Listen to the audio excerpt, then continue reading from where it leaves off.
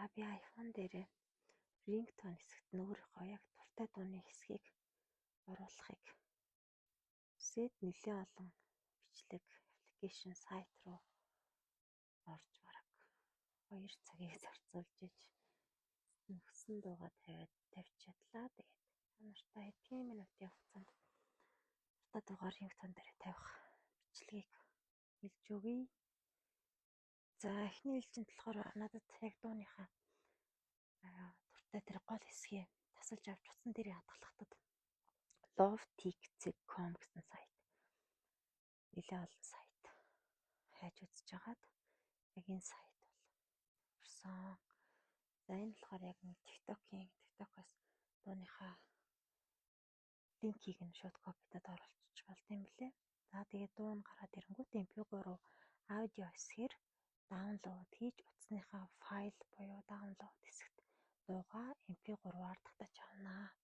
За дуугаа утсан дээрээ татаад авсныхаа дараа GarageBand гэдэг шар гитарны зурагтай аппликейшн утсан дээрээ татаж авна.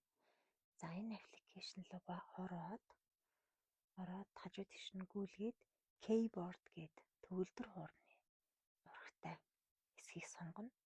За энэ хэсгийг сонгоод оронгууд дээдлийн мөрнүүдэд цэснүүд байгаа.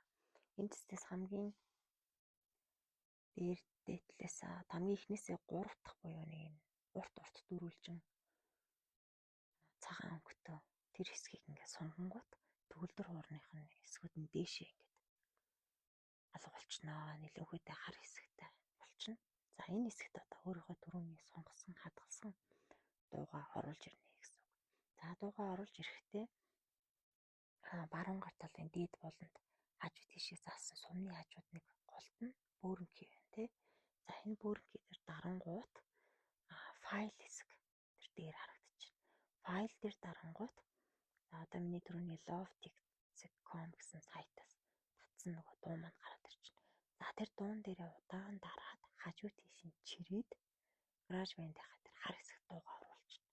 За тэгээд дуугаа урт хайдлаас нь хасаад секундэд харуулчихна. За ингээд дуугаа тааруулсныхаа дараа хадгалахдаа дээдлийн цэсний хамгийн уртлын доошоо харсан гурвалжин цэстээр дараад дуугаа хадгална. За дуу нь болохоор яг GarageBand-ийнхаа My Songs хэсэгт хадгалагдана. За тэгээд хажуу талд нь export гэдэг цэс гарч ирнэ. За тэн дээр дараад ringtone-ийнхоо хэсэг рүү оруулна гэсэн үг. За ингээд ringtone хэсэг рүү оруулчаад